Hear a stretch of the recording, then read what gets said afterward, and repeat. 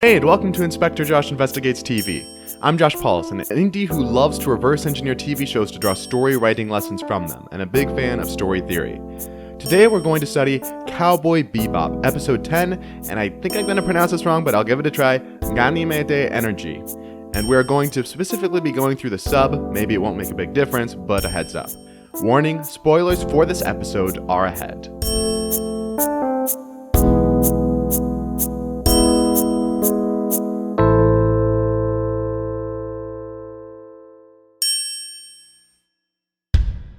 So I was recently working on a play, and I outlined the thing, and I thought I was in a good way. I knew the characters well enough for what I had in the outline, but I didn't outline well enough. I was in a hurry to get the first draft out, and that was my mistake. I should know better.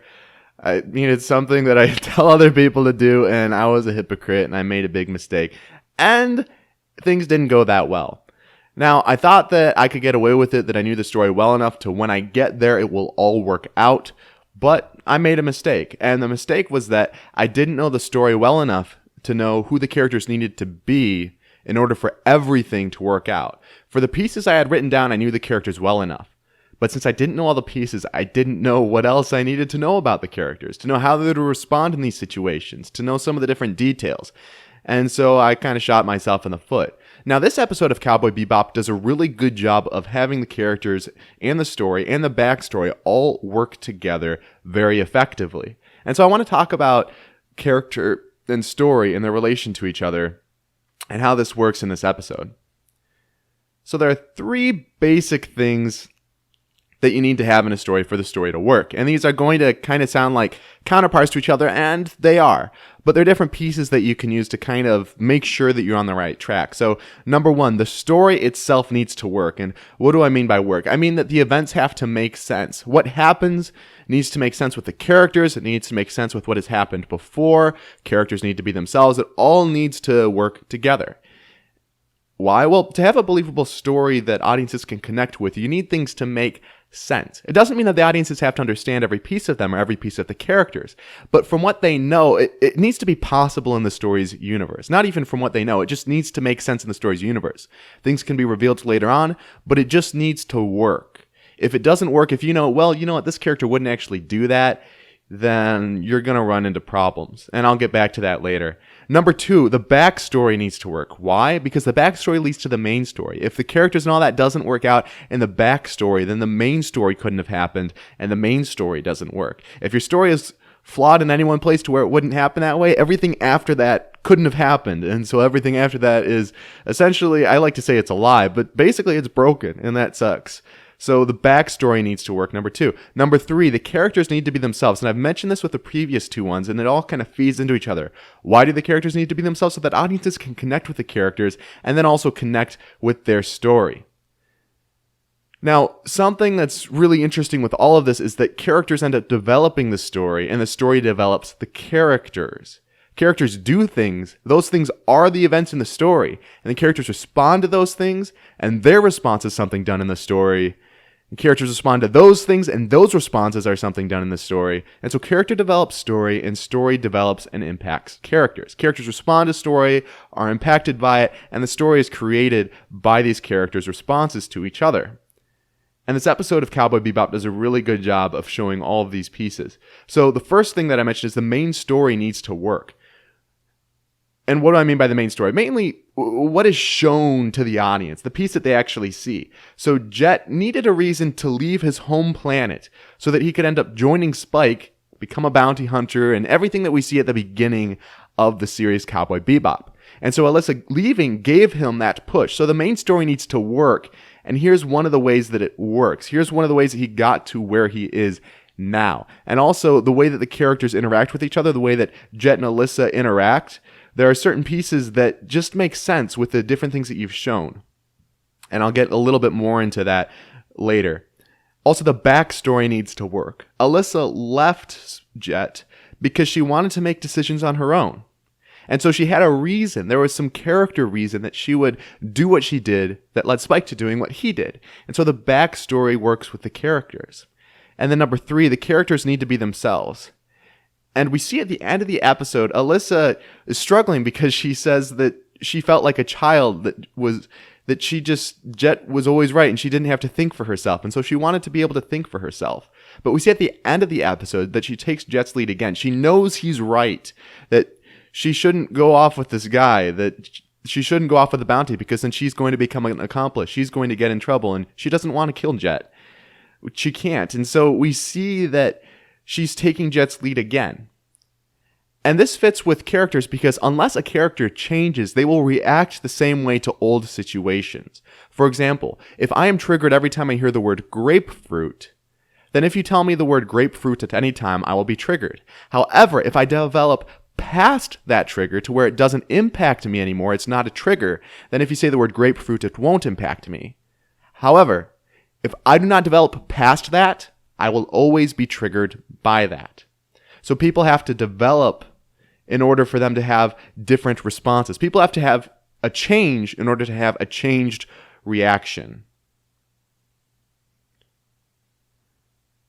Now, it's also interesting to see that Jet is doing what he's doing to protect Alyssa and getting the bounty hunter and talking to her and saying, hey, you'll be his accomplice if you move along with this. But at the same time, he's moving on. And we see, and this, again, these all kind of tie together. The main story working, we can see that the way that he responds, throwing out the watch that he had, different pieces, it lines up with some of the dialogue that he had earlier in the episode. Before he talked about how he shut down when Alyssa first left, and now it looks like he's shutting down again.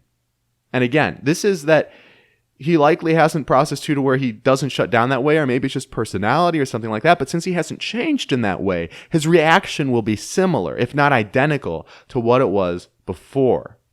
Where characters don't develop, their responses do not develop either. And so the characters and the backstory and the story all work together really well. The characters are who they need to be to make the story and the backstory happen, and the story helps develop the characters into who they need to be. It all works together really, really beautifully in this episode. And so in the outlining stage, when you're developing now, I don't know if the writers for this episode of Cowboy Bebop, maybe they wrote an initial draft and then they drafted over and over. Maybe they had a big outline and then they worked it down. Who knows? I don't know. But here's two questions to ask yourself in the outlining stage. And I'm good at asking the first one. And if I'd asked the second one, it would have saved me a lot of grief. The first question is, do you know the characters well enough to develop the story for them? Do you know the characters well enough to know how they would respond in situations, to know what they would do, how they would act, what they would think? Do you know the characters well enough to know what they would do inside of the story? This would also include inside of the backstory, which leads to the story. Do you know the characters well enough to develop the events based on the characters? Do you know, basically what I said, do you know how they would act? And question number 2 in the outlining stage is, do you know the story or stories well enough to develop the characters for it? Do you know the story or stories well enough to develop the characters based on what you want to have happen? So let me explain how you would use these two questions. So do you know the characters well enough to develop the story for them? There's a point to where you don't necessarily know what would happen next in the story. And you might know a general outline of what you want to have happen, but you also need to know the characters well enough to know what they would do. So for example, maybe a character, let's look at Alyssa.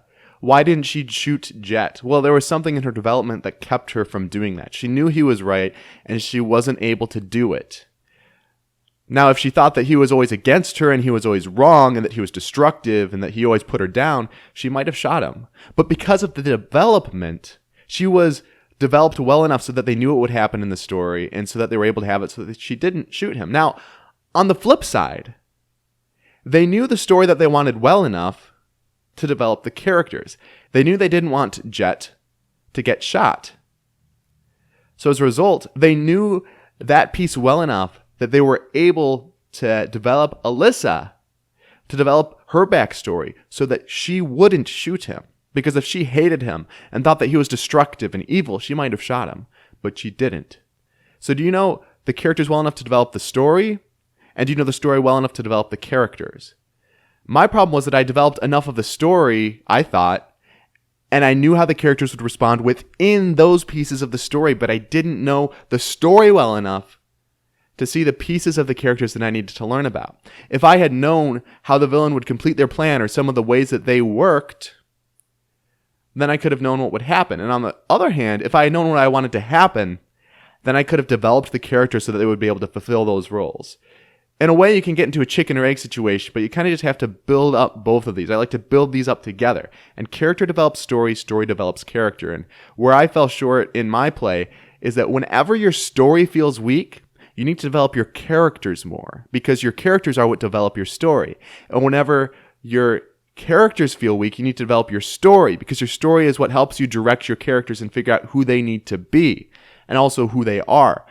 So when one side feels weak, strengthen the other, and you'll strengthen them both together, because character develops story and story develops character. And I'm hoping this isn't a mistake I'm going to make again. And maybe I'll be able to remember this Cowboy Bebop episode every now and then and check myself and make sure that the story's working, the backstory's working, and the characters are themselves, and that I know the characters well enough to develop the story, and that I know the story well enough to develop the characters. With that, I'd say, case closed. Thank you for listening. We'll be back with another episode next week, on Monday. You can @ me on Twitter at Josh Paulson, or check out my website, joshpaulson.com, which I've recently updated, and it actually looks pretty good now, so I'm really happy about that. Take care, and let me know what you're up to, because I think that would be really cool to hear. Have a good one, guys.